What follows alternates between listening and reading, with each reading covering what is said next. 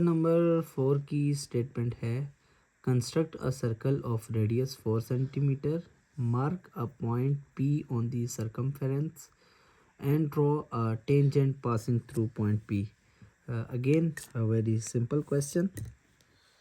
तो इसको ड्रॉ करने के लिए अब कंडीशन फिक्स्ड है कि हमने जो सर्कल ड्रॉ करना है वो 4 सेंटीमीटर के ऊपर ड्रॉ करना है।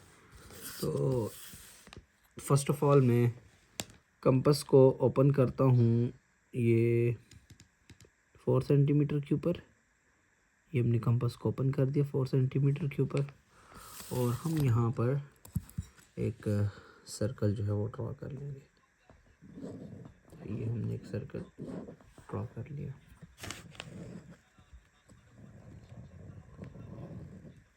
इस सर्कल का रेडियस जो है वो 4 सेंटीमीटर है, ठीक है।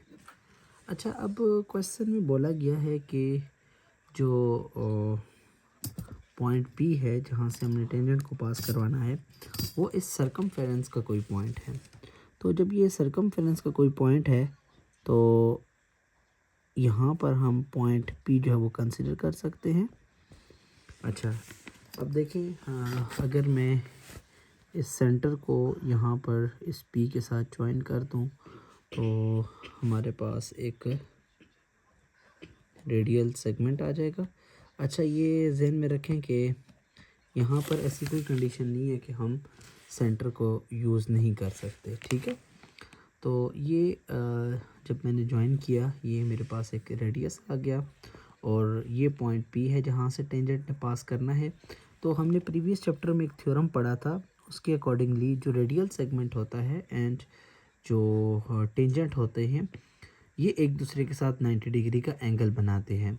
तो मींस इस पॉइंट के ऊपर, पॉइंट P के ऊपर मुझे 90 डिग्री का एंगल कंस्ट्रक्ट करना है।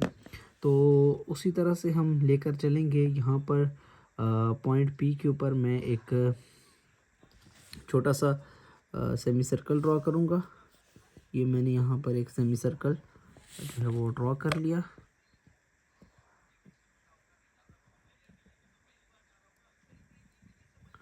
ये मैंने एक यहाँ पर सेमी सर्कल जो है वो ड्रॉ कर लिया है।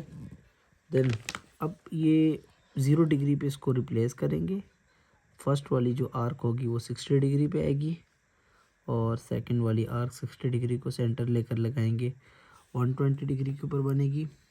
फिर हम 60 डिग्री को और 120 को सेंटर लेते हुए हम इसको 2 इक्वल पार्ट्स में कट करेंगे।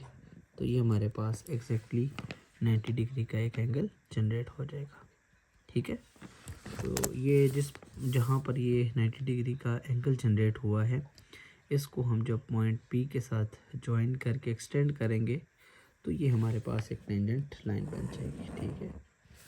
तो ये एग्जैक्टली हमारे पास एक टेंजेंट लाइन है जो इस सर्कल को, जिसका रेडियस हमारे पास 3 सेंटीमीटर है, इसको पॉइंट P के ऊपर टेंजेंट बन रही है, ठीक है, एक पॉइंट के ऊपर कट कर रही है।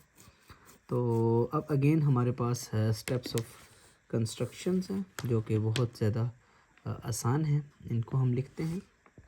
तो स्टेप्स ऑफ कंस्ट्रक्शन में जो हमारा फर्स्ट स्टेप है वो ये है कि हमने एक 3 सेंटीमीटर रेडियस का circle, sorry this was 4 centimetre, mayor भी हमने 4 सेंटीमीटर के ऊपर ही किया था।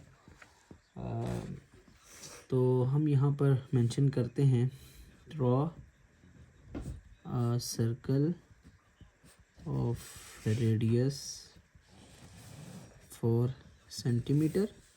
देन सेकंड स्टेप हमने ये किया था कि हमने इसके ऊपर एक पॉइंट P कंसिडर किया था। Consider a point P on this circle. Circle के ऊपर हमने एक पॉइंट P कंसिडर किया था।